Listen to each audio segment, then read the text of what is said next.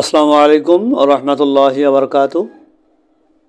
Therapy doctor চ্যানেলের পক্ষ থেকে সবাইকে শুভেচ্ছা জানিয়ে শুরু করছি। আমি ডক্টর মোহাম্মদ আব্দুল্লাহ আল মতি, কনসালটেন্ট ফিজিওথেরাপিস্ট। ভাঙা কনুই এর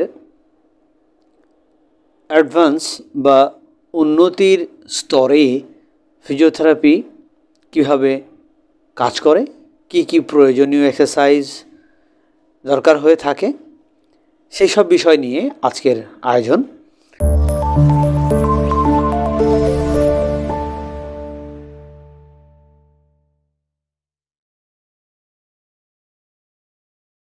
পূর্ববর্তী একটি ভিডিওতে আমরা ভাঙা কনুই নিয়ে আলোচনা করেছি।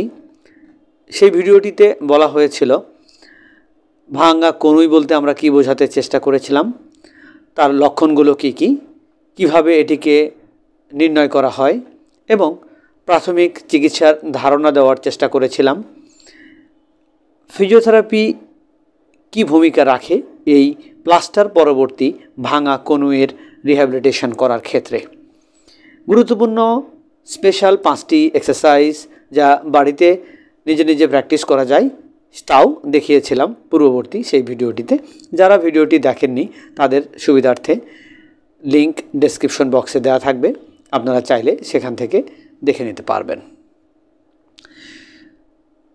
যদি পূর্বের ভিডিওটি আপনার দেখা থাকে তাহলে আজকের আলোচনা বোঝা আপনার জন্য অনেকখানি সহজ হবে।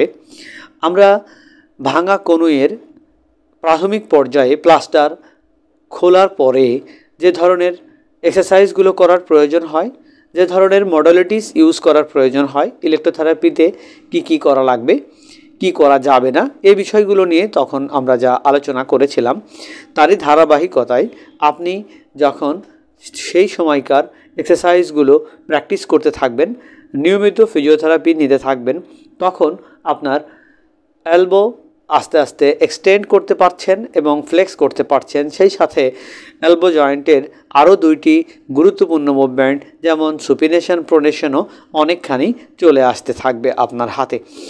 মিড রেঞ্জ বা তার চেয়ে কিছু বেশি পরিমাণ রেঞ্জ অফ মোশন যখন আপনি অর্জন করতে পারছেন তখন আপনার মনে হবে আমার উন্নতি তেমন একটি এখন দ্রুত হচ্ছে না, আমি অনেক স্লো হয়ে গেলাম, আমার হাত হয়তো আর বাদবাকিটুকু সোজা হবে না। তখনও শোল্ডারে বিভিন্ন ধরনের কাজকর্ম করার ক্ষেত্রে একটি টাইট ভাব অনুভূত হবে। শোল্ডারে অনেক সময় অ্যাডহেসিভ ক্যাপসুলাইটিসের কিছু সিমটম দেখা দিতে পারে। অনেকেরই ফ্রোজেন শোল্ডার ডেভেলপ করে যায়।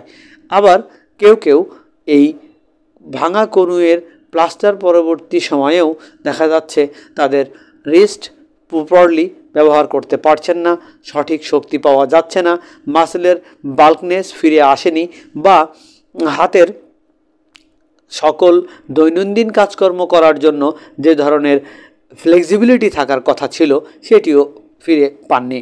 এই পর্যায়ে এটিকে আমরা বলবো এটি অ্যাডভান্স লেভেল।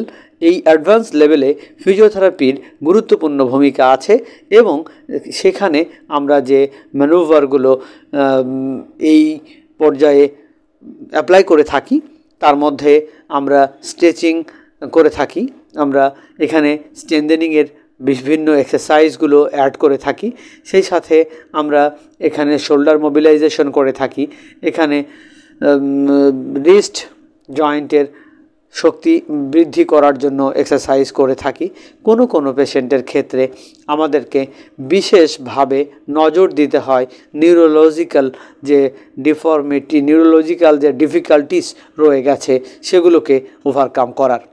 কারো সেন্সরি বা মোটর ফাংশনে অনেক ল্যাকিংস থাকতে পারে, সেগুলো ডেভেলপ করার জন্য তখন নতুন এক্সারসাইজ ডিজাইন করার প্রয়োজন হয়। আমরা এখন এই আজকের আলোচনায় বলবো এমন 6টি এক্সারসাইজ নিয়ে, যে 6টি এক্সারসাইজ আপনারা নিজেরা অ্যাডভান্স লেভেলে প্র্যাকটিস করবেন এবং এই এক্সারসাইজগুলো যথেষ্ট নিরাপদ। এর দ্বারা আপনাদের অবশ্যই শোল্ডার, এলবো এবং রিস্টের উন্নতি সাধিত হবে। আর আজকের এই ভিডিও যারা দেখছেন তারা যারা নতুন আছেন আজকের চ্যানেলে তাদেরকে বলবো অবশ্যই চ্যানেলটি সাবস্ক্রাইব করবেন। যারা পুরাতন আছেন তারা ভিডিওটি লাইক দিয়ে শেয়ার করে পাশে থাকবেন। যারা ফেসবুক থেকে দেখছেন তারা অবশ্যই পেজটি ফলো করবেন। চলুন আমরা দেখে নেই আজকের গুরুত্বপূর্ণ 6টি এক্সারসাইজ যা অ্যাডভান্স লেভেলে প্র্যাকটিস করতে হয়।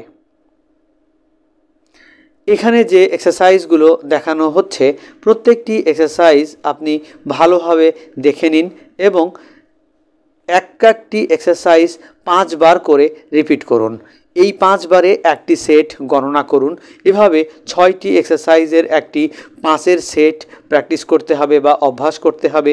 প্রতিদিন 3 বেলা, সম্ভব না হলে 2 বেলা অবশ্যই প্র্যাকটিস করতে হবে, তাহলেই আপনি ভালো ফলাফল পেতে পারেন।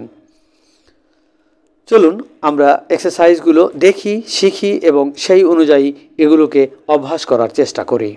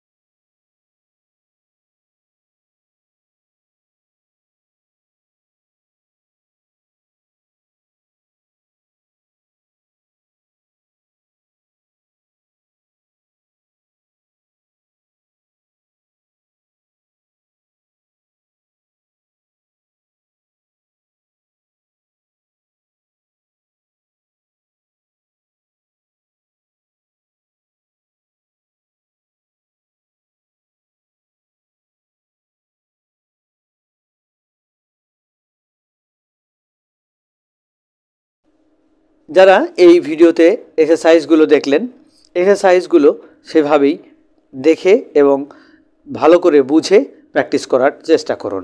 যদিও চিকিৎসা একটি প্রফেশনাল বিষয় এবং এখানে অবশ্যই প্রফেশনাল মতামতের ভিত্তিতে চিকিৎসা সামনের দিকে এগিয়ে নিয়ে যাওয়া উচিত। তাই বলবো অবশ্যই আপনার ফিজিওথেরাপিস্ট বা আপনার অর্থোপেডিক্সের শরণাপন্ন হয়ে এই এক্সারসাইজগুলো নিয়ে প্রাথমিকভাবে আলোচনা করে তাদের মতামতের ভিত্তিতে আপনি এটি প্র্যাকটিস করুন।